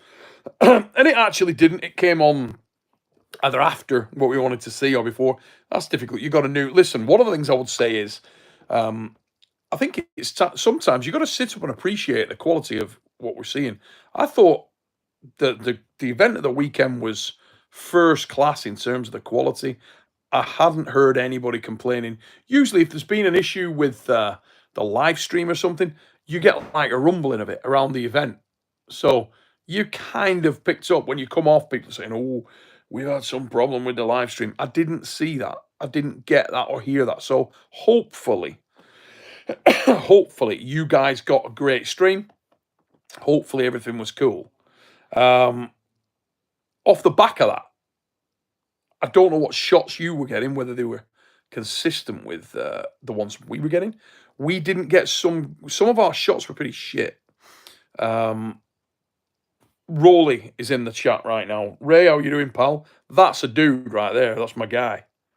Rolly fucking loves arm wrestling. The guy works his balls off. Good dude. Him and Tina were doing a lot of interviews backstage. Rolly brought his own lighting rig, all his own kit, and he did a great job with some of that. I thought they were awesome. I was trying to check some of them out when I was waiting at the airport. Saw a couple of those. They looked great. So Rolly was working his ass off, and he'll tell you we couldn't see all the stuff great. We didn't have very good shots. As I was saying earlier on, one of the contentious ones for me was the Devon one, where he was in, ridiculous level of control. I wanted to see the point of Dev's elbow at that side. So the side that was directly in front of the ref's face, and his face was right there, like a foot and a half away. We saw it from the other side, which sucked because the infringement is right in front of the referee's face. I can't imagine why he'd call that if it wasn't off, So, and if you're Devon, yeah, it's a mild frustration, but nothing that bad because you are killing the guy. That's way worse if he's killing you, let me tell you. And I've had that happen in matches as well. I've been scratching like a cat on a frigging bog roll, and all of a sudden, elbow, and you're like, what the fuck? And you might have your elbow planted hard as hell, not a fraction of movement on that, and some referee calls your elbow, and you want to pluck his arms out of his fucking head at that moment. It's very difficult to not want to do that. When you watch it back, It can show you different stuff. Sometimes you miss something. Sometimes you swear you didn't foul. Sometimes you did. I don't know. I'm just telling you my experiences in the thing. I've had all kinds of stuff go down. I think over the course of the night, I don't recall the referee's bad reffing leading to a loss on anybody's part that deserved to win. That's my feel. Rolly, you let me know if you see that differently, mate. But I think everybody that deserved to win came away with a win. From what I saw. Neil, if you watch it back slowly, the camera angles were so poorly done, it was hard to call a pin from my chair.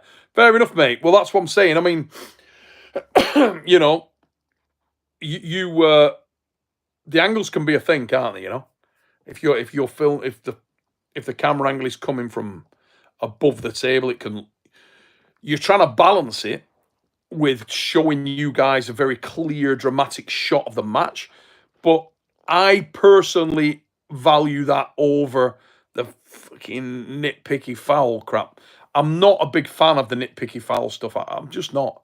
I kind of like arm wrestling to be all action, and I think the effort is to bring as much action as possible. I know that's where East versus West are trying to go. Will it be a smooth path? No, it's bloody hard. But from what I can see, I personally came away from that show at weekend thinking, a frigging banger. I was buoyed by the last match. The last match was an absolute cracker. In my opinion, the main event was the main event. Everybody sees it differently. I thought the main event was frigging awesome. Let's have a look. My chats keep skipping back up, guys. Don't know what that is. So I've got about another 5-10 minutes on here, max, and then I'm going to have to bugger off. Maybe I'll try and run till 8. Hey, Andy Beckett, or hope you well, mate. Oh, out of tune. I have to ask, is Robert Oberst going to be pulling an East versus West Challenger event? I don't know, mate. I know Robert is very keen to come to Titan House when we next put one together. I bet Robert's really strong. I bet he's really good. Robert's an athlete. He may not look it. Believe me. Kid's an athlete. Big man as well. Really big dude.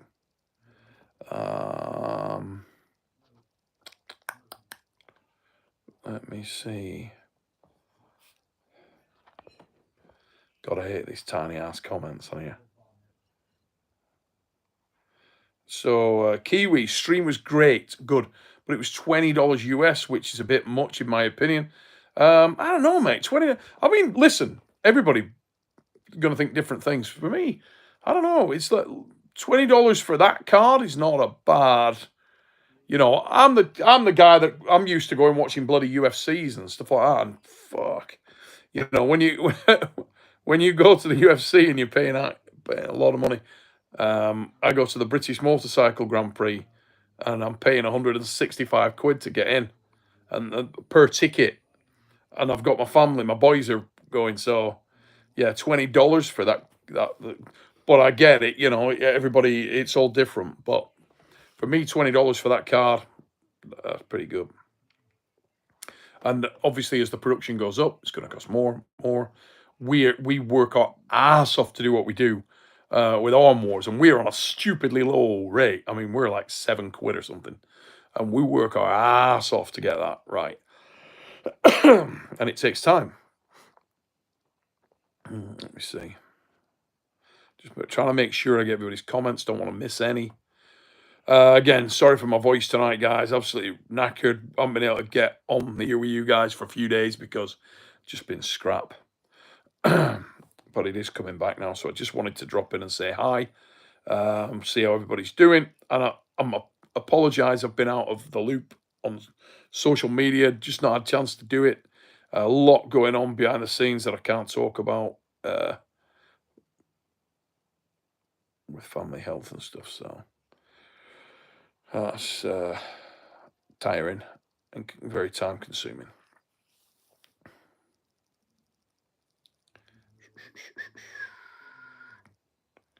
Let me see.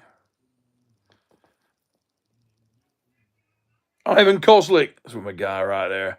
Just joined, amazing commentating as always. Oh, dude, thank you. I was just telling the guys, I was very conscious of struggling.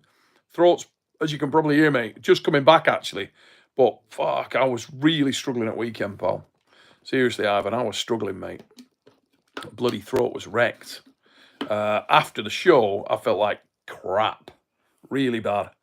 Been a lot of coughs and colds going around in the UK. And yeah, it definitely nailed me. Corey McPhee asked Neil if Devon ever ducked anyone. Nah, Devon, I can assure you, no. There was a lot of nonsense talked about that. I can assure you, no.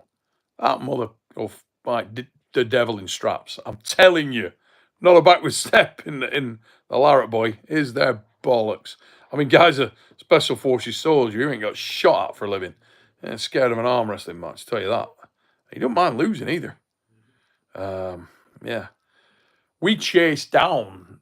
I mean, Dennis. We tried to get the right arm match. We offered 50 grand. Dennis wanted left. I get it. The 2008 version of Devon was a bad dude. I'd love to. That's a match I'd like to see. I'd like to see the 2008 original parts Devon Laratt versus this frigging guy. I think that'll be a closer match than people think as well. I think he's got more guile now. I think he's got more top end strength. I think he's stronger than he's ever been. But he's nowhere near the dynamism, nowhere near the gas tank. That dude in 2008 didn't get tired, period, and was dynamic and fast. Very interesting. For me, that would be very interesting. I know what I felt from that dude. Guy in 2008 against a young John Brzenk, a young Marcio, a young Michael. Burying him like up for 3 hours straight. That was some freaky stuff he did in that hotel after deep water. Proven Astrology, thanks for your super chat, brother. Stream wasn't terrible, but I had problems connecting to my TV wirelessly. No big deal, but without the ability to pause, rewind, I missed some matches. I'm sorry about that, mate. I was hoping it was good for everyone.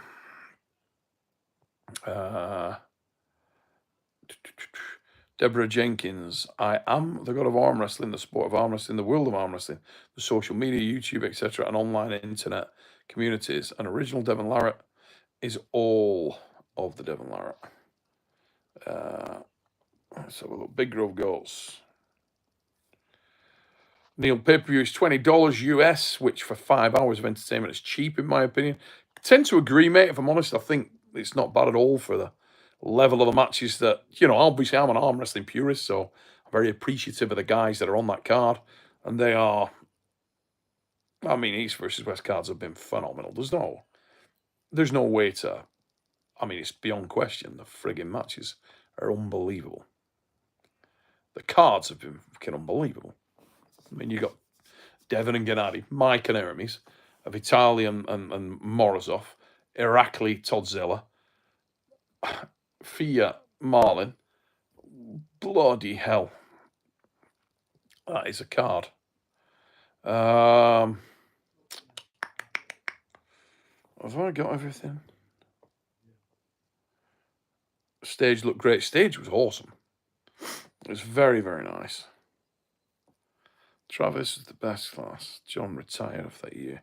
Devon ducked WL and WF. Devon didn't duck shit. You're definitely misinformed, dude. Didn't duck shit. I can tell you that. Trust me. Devon doesn't duck arm wrestling matches. She just doesn't. That's not. No. Yet. Does he bollocks? Pull anybody, man. Actually hunt anybody. And did. There was a time nobody would pull Devon. Except Michael Todd. He would. But at one point, nobody wanted any of that. Mike Silverback's been a long and great live catch-up. Mate, how long have we been on? We've been on like an hour and a half, something like that, something ridiculous.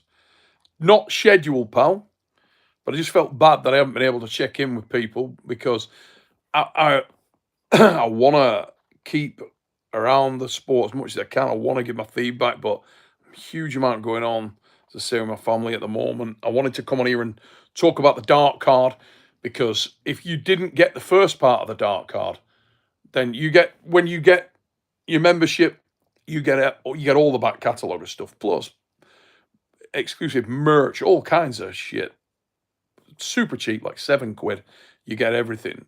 Massive amount of exclusive content on there. So go join up, please. Get over, become a member. You'll see some bloody excellent arm wrestling. I mean, even if you look back at the stuff that went on down at even before this dark card, stuff that's gone on before, we have had some banging matches in the dark cards, in the iron houses, and a lot more stuff coming. All the iron house stuff is coming out week after week after week. We got the Brian Shaw stuff, Eddie Hall stuff, Titan House coming up, a lot of stuff. Rolly Ray's in the mother fluffing chat. I'm gonna jump off here soon. Message held for review. I haven't. Is that then because of me? Because I haven't held shit. I'm doing nothing. I haven't touched a goddamn thing. So if that is my fault, guys, I don't know why. Because I'm doing nothing. I'm just scanning. So maybe I'm not a technical guy, but maybe as I'm scanning stuff, I'm hitting stuff with my thumb that I don't even know I'm doing. If I am, I'm sorry. Let me see. French Reaper, you're awesome in Georgia. Well, this is bloody great. It's making me feel great because I didn't feel awesome in Georgia. I felt like my throat was wrecked. I just had to whap the mic up full barrow. So if it was good for you guys, I am very happy with that. I'll take it all day. Could be a bloody sight better in Arlington if I go out there feeling good. I'll tell you that.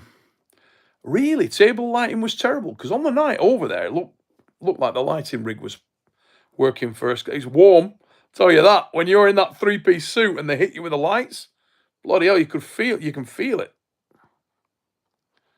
Yeah, I am going to Arlington, mate, and I'm can't wait. Looking forward to it. Hopefully, all the crew's going out to Arlington with a bit of luck.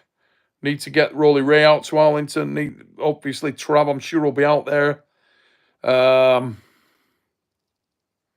have a look. Mr. Brain Junkie, thanks, brother. He put Devon hinted to the ref being corrupt in his live. Really? I need to go on. Really?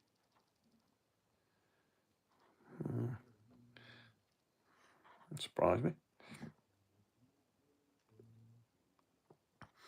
Big Grove Goats, Neil, who do you want John to pull in Texas? Mate, I believe that is done. Don't quote me. But I believe that he's pulling Yoshikanai. As far as I know. Hopefully I'm allowed to announce that. You know. I believe he's pulling Kanai. That was certainly what I had heard on the Jungle Drums, you know. The rumour mill had told me that, so I don't know. Let's have a look here. The French Reaper. Do you support Milo's wish to pull Bowen as back? I didn't know he had, mate. Milo is going to be at an Arm Wars while he's over here. We'll be doing something with Milo. He's going to pull. It's another thing for your Arm Wars members. Milo's coming over in April at Europe for the Europe's Strongest Man, and then doing some stuff with us over here. GB, thanks, mate. Apart from tonight, my throat's knackered again. This is the best it's been in days, if I'm honest. It was absolutely shagged after that event. Really knackered, graty, and sore throat. And my eyes I've just felt terrible.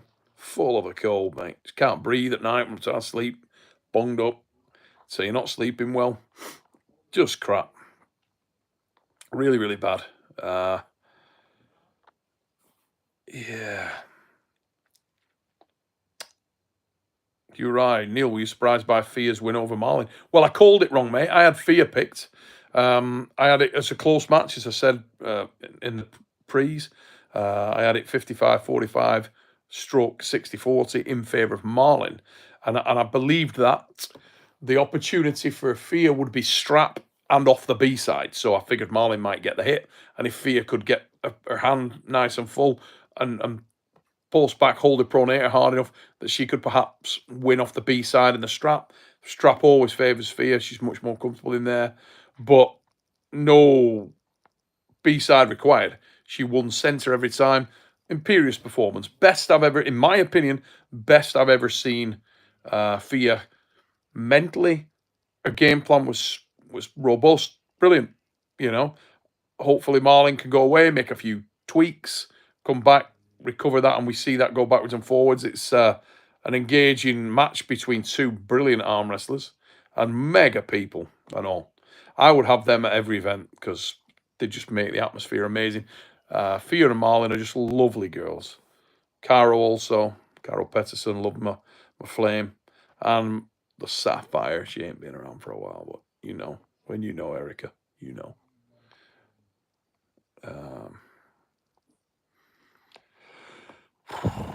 Mr. Cigar, what do you think of Toddzilla's win, dude? I thought it was amazing. I wasn't surprised. It went exactly as I saw it in my head, apart from the dead wrist press victory by Irakli. But it went exactly as I thought it would go. I knew that the problem for Irakli would be that if he couldn't stay right on that pronator and roll straight over it, if he moved backwards or forwards at all, he would be in a world of trouble. His natural inclination was to go backwards. I thought he would do that. I thought he'd be dragged into an ugly match. And beating that guy in an ugly match, yeah, that ain't easy, man. That ain't easy. Gabriel, Eddie will be on the table with me in the next couple of weeks. I'll be doing bits with Ed. But when he will next arm wrestle, be a while. We're gonna have to really, really take it easy with Eddie, and he won't be focused in on arm wrestling for a while because of the fight. And you know, he's fighting a very, very strong opponent, very, very strong opponent. So, 100% focused on the fight. We come out of the fight, we're back on the table, and I'll be working very, very hard with Eddie. We're probably going to the TT this year. I'll get some work with him done there, but I'll be working with him weekly. And again, for the channel members, you'll be able to see it all. Let's see. Not gonna be able to stop on much longer, guys. Unfortunately, do apologise. We've got a shit ton of stuff to do.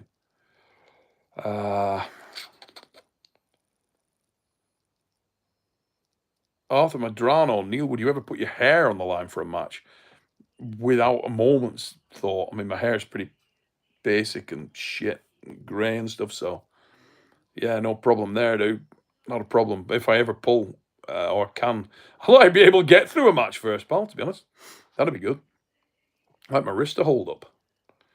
Let me see. I just want to say a massive thanks to everybody who's tuned in tonight. If you can, give us a like before you leave. Give us a share. And please hit that subscribe button, guys. That'd be awesome. Just wanted to check in with you all. I hope you and your families are all happy and healthy. Terence Opperman, I've just seen you in there, mate. Love that kid.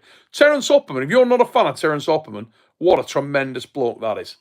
Terence Opperman is bloody awesome. One of the nicest guys and so strong. Terence will be in the dark card this weekend as well. Guys, I'm going to probably going to check out there. As I say, thank you to everybody who's taken the time just to tune in, check it out tonight. Sorry it was kind of impromptu, just dropped in on you. I didn't get a chance to plan anything, got back from the hospital and jump on here. But yeah, good to see you all, guys. Hope you and your families are good. Hope everybody's enjoying the sport right now. I will catch up on some social media stuff before the fix at the weekend so I can talk with a bit more authority. Sorry if I couldn't tonight. I've not been able to really get any chance to check out stuff. I'll check in on the East versus West channel afterwards and see if any of the matches have gone up. It might be a bit early, actually. What day are we? Thursday? Yeah, actually, it might be a bit early. I think it usually a week or something like that it comes out. But yeah, thank you everybody for checking in tonight's live. Hope you're well. Shitload of stuff coming up. Going to train Brian Shaw in like a week and a half to 2 weeks. massive amount of stuff coming up with the Titan House. Remember, big news, dark card for part 2 premieres this Saturday night. Keep your eyes out on the channel. We'll be pumping out some stuff on there. We'll have some promo stuff coming up, and then I think we go out like 9 p.m. on Saturday night, which that's 9 p.m. Our time. So for a reference point, guys, it's about 30 minutes before the usual fixed timings in your part of the world. Saturday night, we were going out dark card for part 2, the Battleground, Lefty.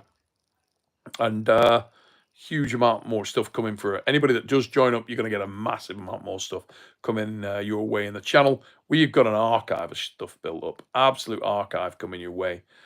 So look forward to that because it is on its way, guys. And Titan House coming very soon. And then the next Titan House we're going to be straight into. We've got the stuff with Brian, a lot of stuff with Ed, and so on and so on. So, guys, take it easy. And, yeah, I will see you on the fix on Sunday night. Hopefully, we may get Dev on there. I think we got Ermes on there. I'll try and, hopefully, we got Rolly Ray and Paul Lynn as well on there as normal. So, should be good stuff. Guys, take it easy. Hit that like.